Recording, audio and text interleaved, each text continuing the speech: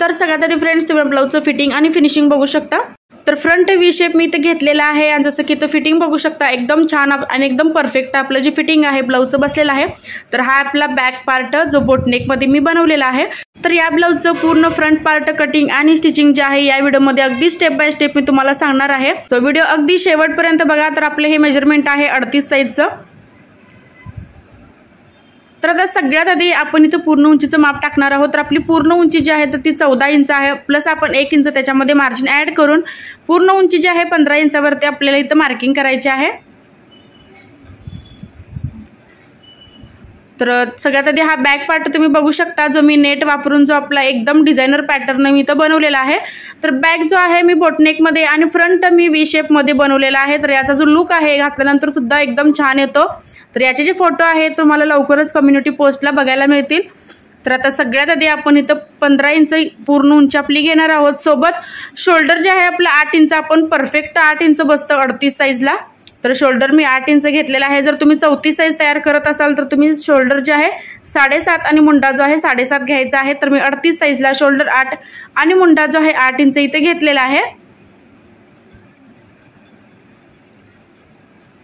आता त्याच्यानंतर आपण आपलं जे प्रॉपर माप आहे छातीचं तर ते टाकायचं आहे। तर माझं जे प्रॉपर माप आहे 9.5 इंच मी घेतलं आणि त्यानंतर मार्जिन जे आहे 2 इंच आपण एक्स्ट्रा यामध्ये ॲड केलेलं आहे। तर 11.5 इंच आपण इथं छातीचं जे माप आहे घेतलेलं आहे आणि कमर जे आहे 8 + 2 म्हणजे 10 इंच आपण कमर घेतलेली आहे। तर छाती आणि कमर जे आहे आपण अशी क्रॉसमध्ये लाईन आखून घ्यायची आणि हे सगळ्यात महत्त्वाचं आपण आपला जो मुंडा आहे बोट नेक किंवा कॉलरच्या ब्लाऊजला 1.5 इंच आपल्याला जो मुंडा आहे आतमध्ये घ्यायचा असतो। तर हे आपल्याला जी प्रोसेस आहे तर ती फक्त बोटनेक ब्लाऊजला आणि कॉलरच्या ब्लाऊजला करायची आहे। म्हणजे जो आपला मुंडा आहे 1.5 इंच आपण आतमध्ये घ्यायचा आहे। आता फ्रंट मुंड्याला जो शेप आहे आपण 1.5 इंच जो मुंडा आतमध्ये घेतला तिथून आपण 1 इंचाचा फ्रंट इथं मुंड्याला जो आहे शेप द्यायचा आहे। तर हे बघा असं दाखवल्याप्रमाणे आपण इथं फ्रंट मुंड्याला शेप द्यायचा आहे।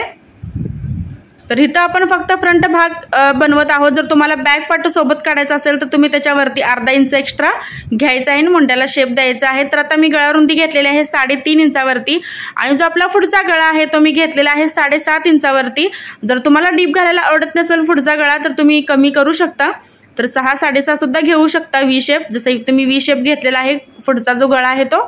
तर आता सध्या जास्त ट्रेंड चालू आहे व्ही शेप नेकचा, तर त्यामुळे मी तुम्हाला व्ही शेप जो आहे तिथं दाखवलेला आहे बोटनेकमध्ये। आता जो प्रिन्सेस कटचा कट्स पॉईंट येतो तो मी घेतलेला आहे 4.25 इंचावरती। तर 38ला मी 4.25 इंचावरती कट्स पॉईंट इथं घेतलेला आहे प्रिन्सेस कटचा। आता वरून आपण घ्यायचा आहे बस्ट पॉईंट। तर बस्ट पॉईंट माझा आहे 10.5 इंच। तर बस्ट पॉईंट कसा काढायचा हे सुद्धा माझा जो व्हिडिओ आहे सेपरेट मी चॅनलवरती बनवलेला आहे। जर तुम्हाला तो काढता येत नसेल तर तुम्ही तो व्हिडिओ नक्की बघा। तर मी बस्ट पॉईंट असा वरून घेतलेला आहे 10.5 इंचावरती। त्याच्यानंतर आतमध्ये आपल्याला जास्त स्पेस हवा यासाठी मी तर दोन्ही साईडला 1.5 इंच घेतलेला आहे। तर काही जण फक्त एका साईडला वाढवतात, तर मी दोन्ही साईडला वाढवतो। तर त्यामुळे जो आतमध्ये कफ आहे तर तो एकदम छान येतो। तर हे बघा मी दोन्ही साईडला इथं असं 1.5 घेतलेला आहे। आता मुंड्याच्या खालून वरती आपण माप घ्यायचं आहे 2 इंच। तर खालून वरती आपण 2 इंच घेतलं आणि त्यानंतर मग आपण असा मुंड्याला जो शेप आहे तर तो द्यायचा आहे। तर आता हा जो शेप आहे तर तो तुम्ही अंदाजे द्यायचा आहे। म्हणजे कुणाचं माप जे आहे 2.5 येतं, 3 येतं, हाईटनुसार असतं। ज्यांचं हाईट कमी आहे तर त्यांचं जे मुंड्याचा शेप असतो तो खालून येतो।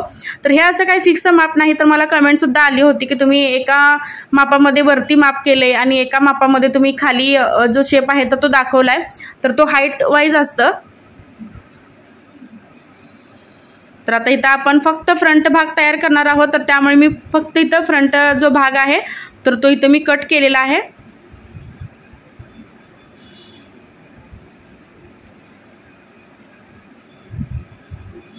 तर नॉर्मली तुम्ही मुंड्यापासून 1.5, 2, 2.5, 3 पर्यंत तुम्ही जो शेप आहे मुंड्याचा म्हणजे प्रिन्सेस कटचा तर तो द्यायचा आहे।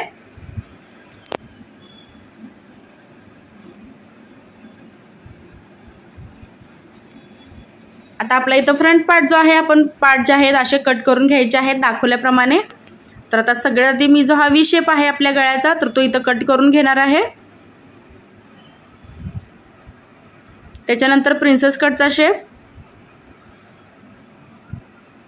तर यामुळे काय होतं, आतमध्ये जो आपला कफ तयार होतो तो एकदम जास्त तयार होतो. तर त्यामुळे आपल्याला कोणतेही पॅड वगैरे किंवा पॅडेड ब्रा वगैरे वापरायची गरज नाही. ऑटोमॅटिक ज्यावेळी आपण हे ब्लाऊज घालतो तर त्यावेळी एकदम फिटिंगला व्यवस्थित बसतं. तर प्रिन्सेस कट कुठेही तुम्हाला चपटा वगैरे झालेला अजिबात बघायला मिळणार नाही जर तुम्ही अशा पद्धतीने ब्लाऊज जर शिवत असाल तर. तर आता हे बघा माझा फ्रंट पार्ट जो आहे पूर्ण इथं रेडी झालेला आहे.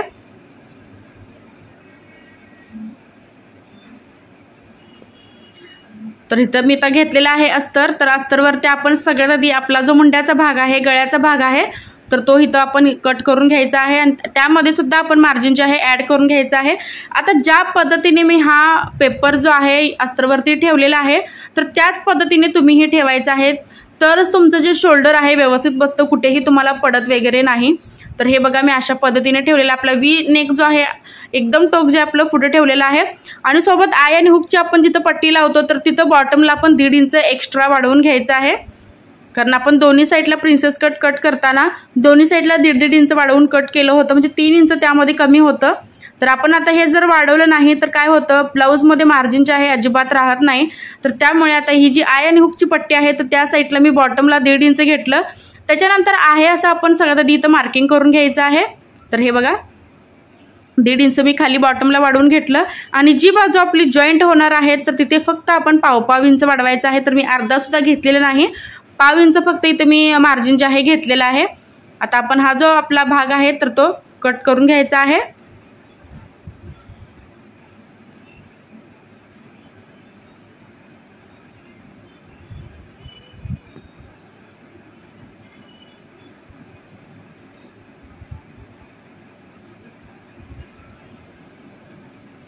प्रिन्सेस कटच्या दोन्ही पार्टमध्ये आपल्याला मार्जिनसाठी वाढवून घ्यायचं आहे, हे आपल्याला लक्षात ठेवायचं आहे. जर तुम्ही एका पार्टमध्ये वाढवलं दुसऱ्या पार्टमध्ये नाही वाढवलं तर तुम्हाला मार्जिन जे आहे अगदी कमी पडू शकतं. तर त्यामुळे कटिंग तुम्ही व्यवस्थित बघा, मी कुठे काय किती इंच वाढवलेलं आहे. तर हा आपला प्रिन्सेस कटचा दुसरा पार्ट आहे आणि या पार्टला आपण आपली जी फिटिंगची बाजू असते तर त्या साईडला कमरेला आपण इथं 1.5 इंच वाढवायचं आहे. तर हे बघा मी 1.5 इंच वाढवलं, क्रॉसमध्ये रेष आखून घेतली आणि जी बाजू आपली गोल आहे जॉईंट होणार आहे तर त्या साईडला मी इथं पाव इंच घेतलेला आहे. तर जितकं तुम्ही शिलाई मार्जिनमध्ये धरता तितकं तुम्ही हे जे आहे एक्स्ट्रा मार्जिन जे आहे वाढवून घ्यायचं आहे. तर हे बघा प्रिन्सेस कटचा आपला दुसरा पार्ट सुद्धा आपण असा कट केलेला आहे मार्जिन वाढवून. आता आपलं जे मेन कापड होतं तर मेन कापडावरती आपल्याला हे जे कटिंग आहे तर ते करायचं आहे. तर अस्तरचे आहे थोडंसं कॉन्ट्रास्ट आहे याच्यापेक्षा. तर मला जे हे ब्लाऊज आहे अर्जंट शिवायचं होतं तर त्यामुळे मी हे जे अस्तर आहे तर ते यामध्ये वापरलेलं आहे.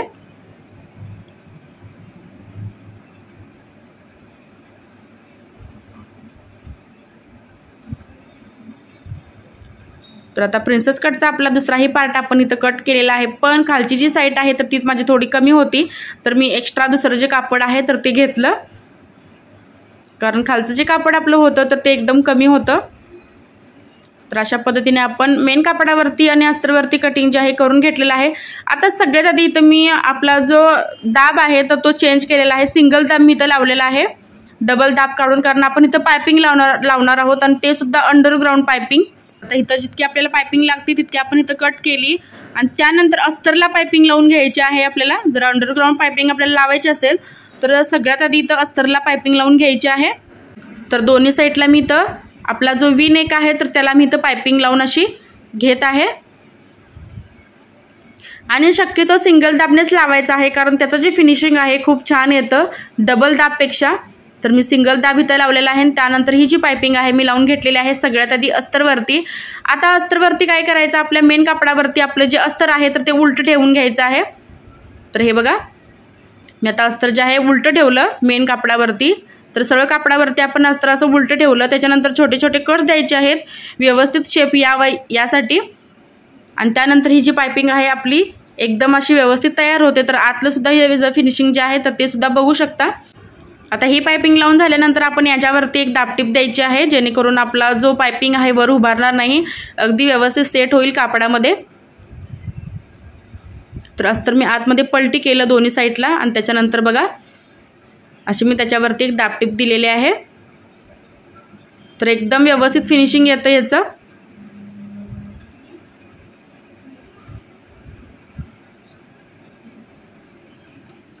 आता चारी बाजूला ह्याला टिपा मारून आपण जेवढे एक्स्ट्राचं कापड आपलं शिल्लक राहिलेलं आहे तर ते पूर्ण आपण कटिंग करून घ्यायचं आहे दोन्ही साईडचं.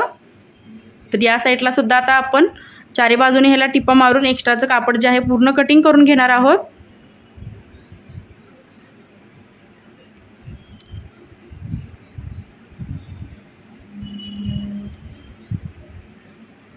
आता हा बघा आपला एकदम परफेक्ट असा व्ही शेप जो आहे इथं तयार झालेला आहे. तर आता प्रिन्सेस कटचा जो आपला दुसरा पार्ट आहे तर तोही मेन कापडाला आपण जोडून घ्यायचा आहे.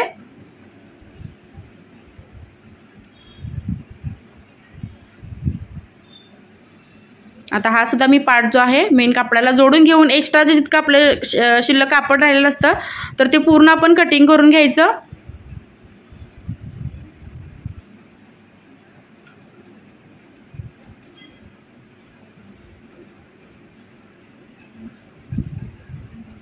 तर हे बघा मी पूर्ण कटिंग करून घेतलं.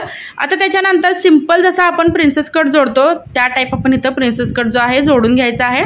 अगदी अर्धा इंचाच्या स्पेसवरती आपल्याला टीप मारून घ्यायची आहे आणि व्यवस्थित शेपनुसारच आपण हे जोडून घ्यायचं आहे. जर तुम्हाला डायरेक्टली टीप मारायला येत नसेल तर सगळ्यात आधी तुम्ही खडून इथं मार्किंग करायचं आहे आणि त्यानंतरच मग ही जी टीप आहे तर ती घ्यायची आहे. आणि प्रिन्सेस कटला आता इथं कप बघू शकता, एकदम आपला छान असा कप तयार झालेला आहे.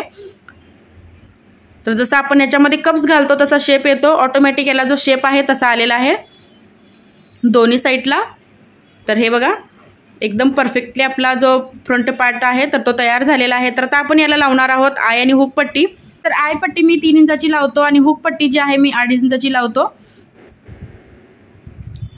तर जी आयची पट्टी आहे तर ती आपण उलट्या साईडने वरच्या साईडला फोल्ड करायची असते. तर हे बघा वरून मी थोडंसं इथं फोल्ड केलं कारण वरून आपण ऑलरेडी पायपिंग जी आहे तर ती लावली होती. आणि जी हुक पट्टी आहे तर ती सरळ बाजूने आपण आतमध्ये फोल्ड करायची आहे. तर हुक पट्टी जी आहे मी इथं 2.5 इंचाची काढलेली आहे. तर ती वरून आपण आतल्या साईडला उलट्या साईडला फोल्ड करून घ्यायची आहे डबल फोल्ड. तर वरच्या साईडला मी एक फोल्ड केलं त्याच्यानंतर एक डबल फोल्ड करून आपण याच्यावरती टीप मारून घेणार आहोत.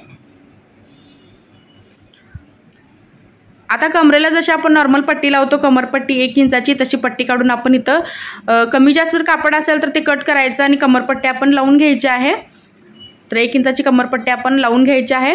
तर फ्रेंड्स तुम्हाला माझा आजचा व्हिडिओ कसा वाटला हे कमेंटमध्ये नक्कीच सांगा. काही डाऊट असेल तर तेही तुम्ही मला कमेंटमध्ये विचारू शकता. नेक्स्ट व्हिडिओ तुम्हाला कोणता बघायचा आहे तर तेही तुम्ही मला कमेंट करून सांगा.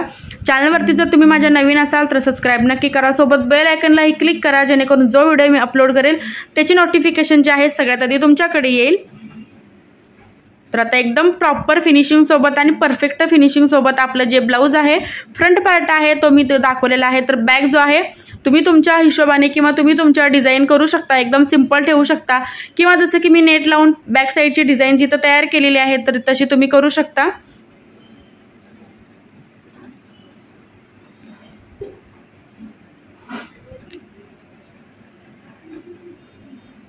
तर आता पूर्ण आपला जो फ्रंट पार्ट आहे असा कंप्लीट मी केलेला आहे. तर याचं फिनिशिंग बघा. तर व्हिडिओ शेवटपर्यंत बघितल्याबद्दल अगदी मनापासून धन्यवाद.